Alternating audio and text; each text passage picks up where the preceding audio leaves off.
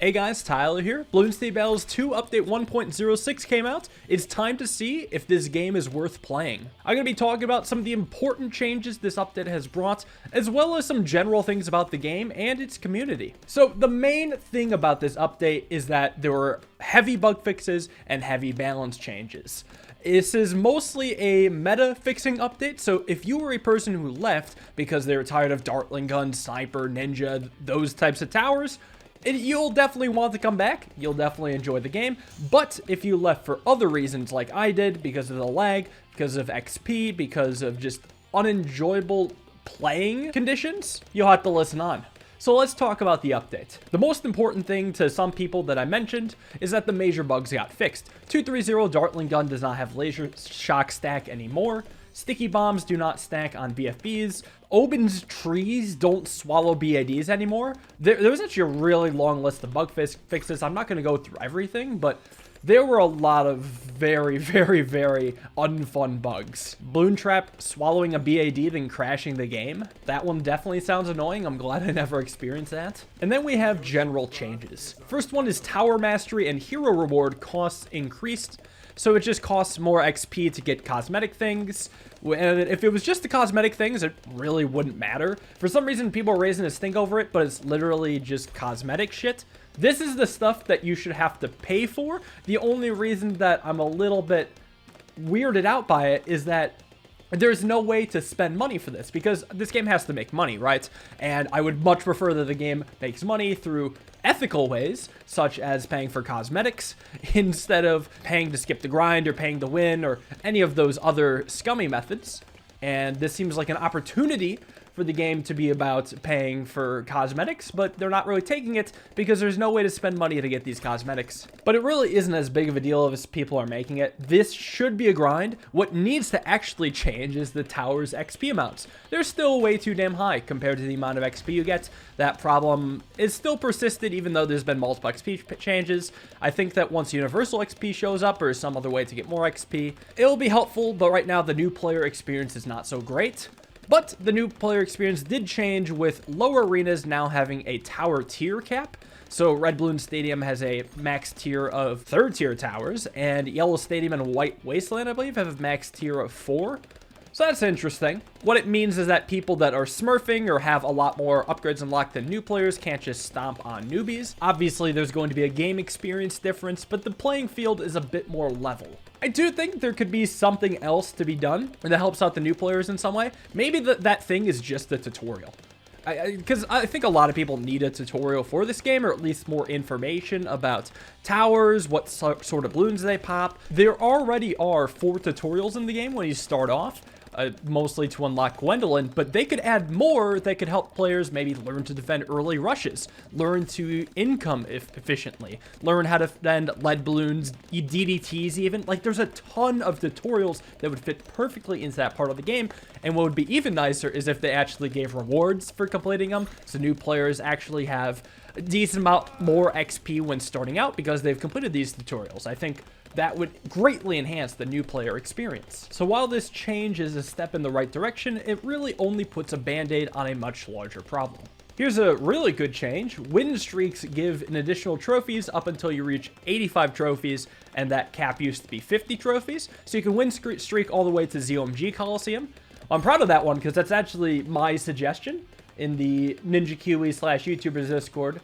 I brought that up, but I'm sure I'm not the only person to ever think of that. But hey, I will take credit for that. It's nice.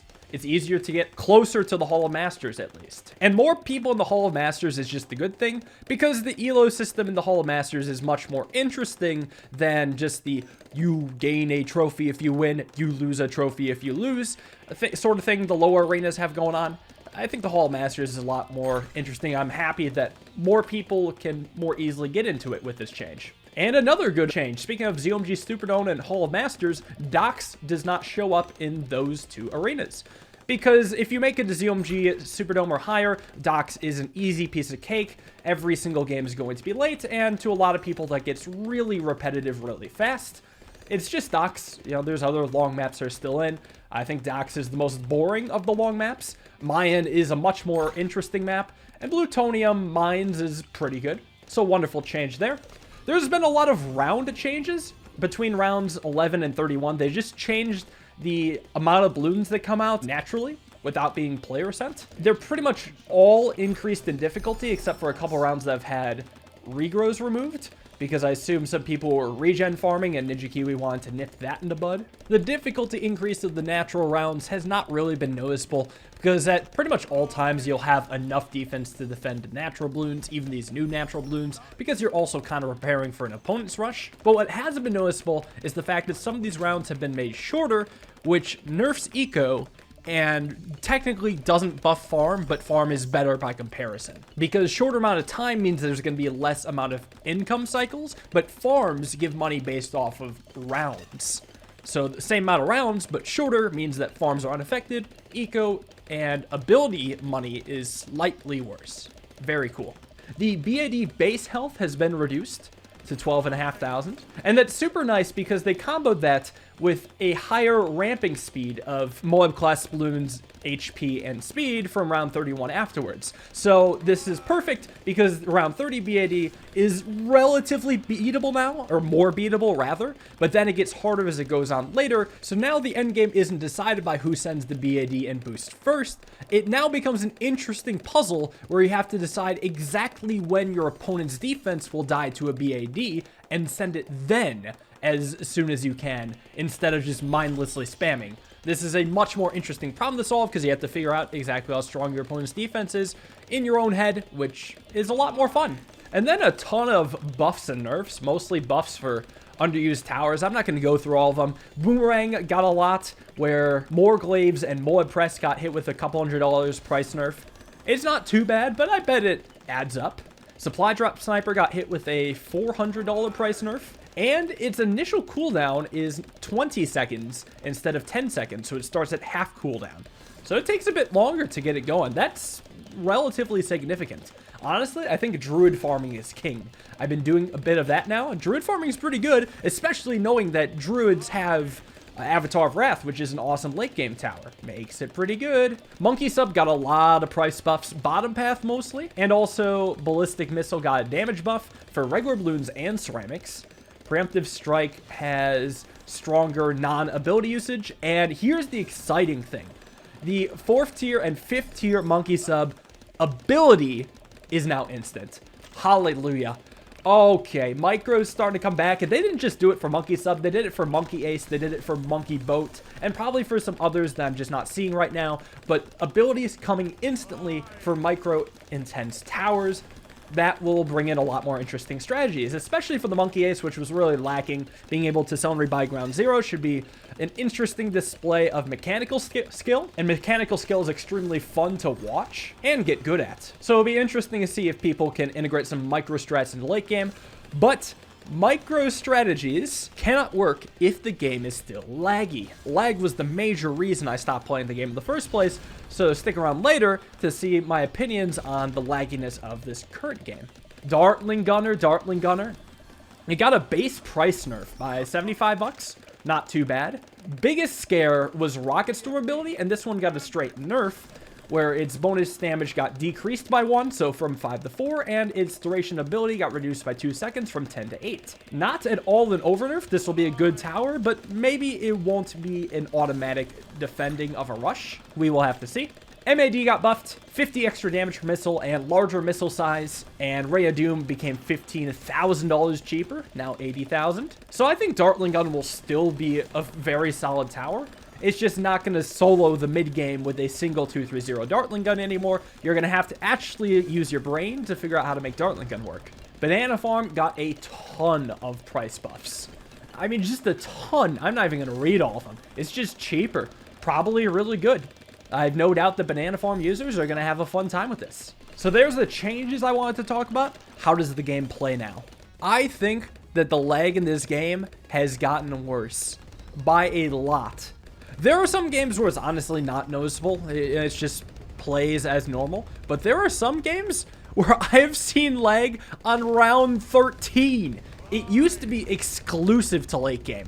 Like Mega ZOMG defenses or BAD defenses, usually after round 30 it could get laggy. But here saw actual lag on round 13. Why is it lagging? It's not because of my computer, it's because there's one of two issues. The way this game is coded is that the game will run as slow as the slowest player. So you don't even have to be lagging yourself to deal with lag if your opponent is lagging. For example, if your opponent is running on a weak phone with low processing power, they will have to slow down to make calculations, and you will be feeling that slowdown as well, just so you can stay in sync with the opponent. Or the other option is that there could just be a very poor connection between myself and the other user, because this is a peer-to-peer connection. I'd be connecting with someone in Malaysia for all I know, which is very, very, very far away from me. But I suspect it's the former because the lag only happened after balloons were sent. But it's really weird because not many balloons were sent when this lag happens. Like in this case, it is just camo purples that is causing my opponent to lag. Not even a regen farm, not even BADs. There's no excuse for this. They could be running the crappiest mobile device ever, and they should not be able to lag on round 12. It just makes no sense. There's nothing going on. Thankfully, it's not every game that's like this, but I believe it's 30 to 40% of my opponents just can't handle mid-game stuff, which is very concerning. And to no surprise, the input delay still remains. They did a great thing by at least letting abilities become instant, but trying to do things in this game can sometimes come with a delay. This delay, of course, will vary, I think, based off of your connection with the other person, how strong your connection is. A stronger connection means there won't be much of a delay. Weaker connection means you might have to wait a second or two for your actions to actually happen. And that alone is enough for me to just not want to play the game. So I think my verdict is this.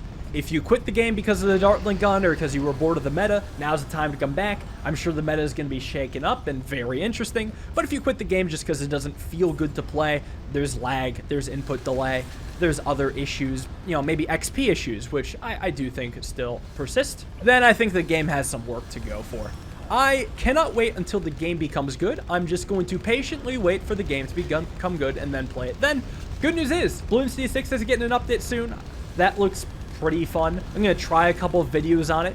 But if you're dying for fun games to play in the absence of Battles 2, look no further than the game I've been playing on my channel, Vampire Survivors. I'm shouting it out so you can actually check out my series on it, because it's been a lot of fun to make, and people have been having a lot of fun watching it. It's a $3 indie game that is pure crack.